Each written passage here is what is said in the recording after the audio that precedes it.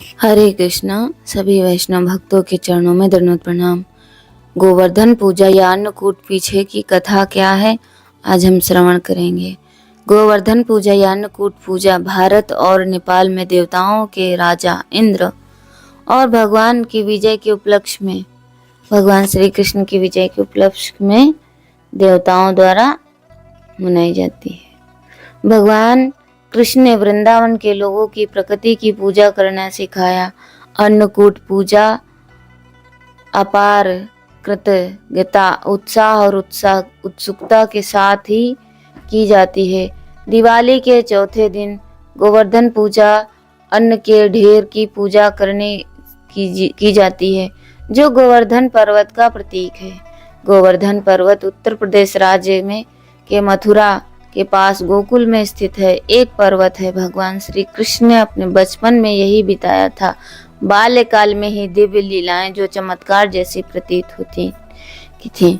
हिंदू धर्म ग्रंथ में इसे बाल लीला कहते हैं। एक बार कृष्ण ने अपनी माता यशोदा से पूछा कि लोग इंद्रदेव वर्षा के देवता की पूजा क्यों करते हैं। माता यशोदा ने कहा, इंद्र लोगों को आजीविका के लिए पर्याप्त वर्षा प्रदान करते हैं और इसीलिए उन्हें प्रसाद चढ़ाते हैं। कृष्ण असहमत थे और उन्होंने कहा कि गोवर्धन भूदृश्य का एक महत्वपूर्ण अंग है और वर्षा चक्र सहित प्रकृति संसाधन प्रदान करता है। उन्होंने सभी से गोवर्धन पर्वत की पूजा प्रसाद चढ़ाने को कहा। इससे इंद्र क्रोधित हो गए और उन्होंने गोकुल को डुबो देने के लिए मूसलाधार वर्षा का आदेश दिया। गोकुल के चिंतित लोगों ने श्री कृष्ण से उसकी रक्षा करने की प्रार्थना की। इस प्रकार अपनी दिव्य शक्ति से कृष्ण ने बाल अवस्था में मानव और पशु जगत की रक्षा के लिए गोवर्धन पर्वत को अपनी छोटी उंगली पर छतरी की तरह उठा लिया। इंद्रदेव को एहसास हुआ कि श्री कृष्ण भगवान के अवतार हैं और उन्होंने वर्षा रोक दी। भगवान श्री कृष्ण के कई दिव्य कार्यों में से एक की कथा ऐसी है कि जिससे उन्हें गोकुल और उसके आसपास के लोगों की श्रद्धा प्राप्त हुई।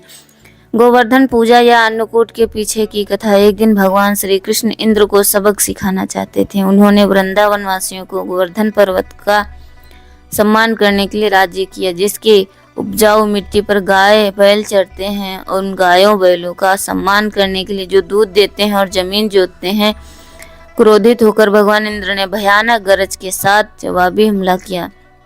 भगवान श्री कृष्ण शांति पूर्वक अपने बाएं हाथ की छोटी उंगली से गोवर्धन पर्वत को उठा लिया। 7 दिन और 7 रातों तक श्री कृष्ण ने गोवर्धन पर्वत को एक विशाल छत्र के रूप में उठाकर वृंदावन वासियों को मूसलाधार बारिश से बचाया। अपने कर्म की निरर्थकता को समझाते हुए इंद्र ने हाथ जोड़कर भगवान के चरणों में प्रणाम किया और प्रार्थना की। इस प्रकार भगवान श्री कृष्ण ने यह प्रदर्शित किया कि देवताओं के स्वामी देव हैं और जिस किसी भी उद्देश्य के लिए देवताओं की पूजा की जा सकती है, वह सभी कारणों के कारण उनकी पूजा करके आसानी से पूरा हो सकता है। कई हजार वर्ष बाद इसी दिन श्री माधवेंद्रपुरी ने गोवर्धन पर्वत की चोटी पर स्वयंभू गोपाल देवता के लिए एक मंदिर की स्थापना की। भक्तगण अनाज, घी और सभी प्रकार के दूध से बने व्यंजनों से विभिन्न प्रकार के व्यंजन तैयार करते हैं। भोजन को एक छोटे से पहाड़ की तरह ढेर करके भगवान को अर्पित किया जाता है, फिर इसे प्रसाद के रूप में सभी में वितरित किया जाता है। इसीलिए इस त्योहार को अन्नकूट भी उत्सव कहा जाता है। गोवर्धन पूजा का महत्व। गोवर्धन पूजा इसलिए भी महत्वपूर्ण है क्योंकि यह एक प्राकृतिक संसाधनों के संरक्षण का संदेश देती है। हिंदू धर्म में प्रकृति माता की पूजा हमेशा से एक अभिन्न प्रथा रही है। पर्वत पूजा का मुख्य उद्देश्य हमेशा से ही संवेदनशील और बहुमूल्य प्राकृतिक संसाधनों का संरक्षण और सुरक्षा रहा है। गोवर्धन पूजा प्रकृति के महत्व, कृतज्ञता और भक्ति की शक्ति का स्मरण कराती है। इस दिन भक्त अन्नकूट नामक खाद्य पदार्थों से बनी एक पर्वत जैसी संरचना तैयार करते हैं, जो गोवर्धन पर्वत का प्रतीक है। यह भगवान श्री कृष्ण के प्रति उनकी सुरक्षा और आशीर्वाद के लिए कृतज्ञता प्रदर्शित करता है। अन्नकूट में विभिन्न शाकाहारी व्यंजन, मिठाइयाँ, फल, अन्य खाद्य पदार्थ शामिल होते हैं और इन्हें मंदिरों में या घर पर व्यक्तिगत रूप से अर्पित किया जाता है। भक्त अनुष्ठानों और प्रार्थनाओं में भी भाग लेते हैं और भगवान श्री कृष्ण को समर्पित भक्ति गीत गाते हैं। गोवर्धन पूजा एक स्थायी और पर्यावरण अनुकूल जीवन शैली को बढ़ावा देने के लिए महत्वपूर्ण है। यह प्रकृति संसाधनों के संरक्षण, प्रकृति के प्रचुर उपहारों को स्वीकार करने और सभी जीवों के परंपरा संबंध को समझने के महत्व पर बल देता है। गोवर्धन पर्वत पर अपने आप में एक धार्मिक महत्व रखता है और इस स्थान पर दर्शन करने से मनुष्य को उसके सभी पापों से मुक्ति मिल सकती है। अन्नकूट कृष्ण की माता और गोकुल के लोग चिंतित थे। उन्होंने 7 दिनों से कुछ नहीं खाया। जब बारिश कम हुई तो लोगों ने उत्सव मनाने का निश्चय किया। गोकुल के हर घर में कृष्ण के प्रति कृतज्ञता व्यक्त करने के लिए बड़ी मात्रा में विभिन्न प्रकार के भोजन व्यंजन लाए गए। इस भोजन के पर्वत को अन्नकूट के नाम से जाना जाता है। तब से हिंदू इसे मानते आ रहे हैं। 56 भोग। एक और किंवदंती है कि कृष्ण की माता यशोदा उन्हें दिन में 8 बार भोजन कराती थी और कृष्ण ने गोवर्धन पर्वत को थामे हुए 7 दिनों तक कुछ नहीं खाया।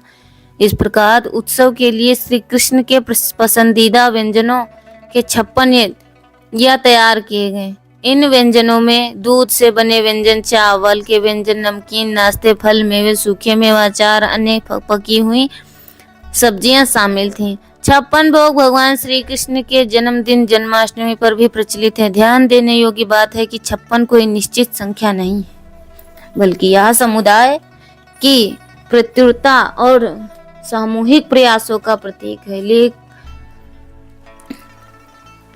तो हमें भगवान को भोग लगाना चाहिए। अगर 56 भोग नहीं बना सकते तो हमें भगवान के नाम का जाप करना चाहिए। हरे कृष्णा कृष्णा कृष्णा हरे हरे, हरे राम राम राम हरे हरे।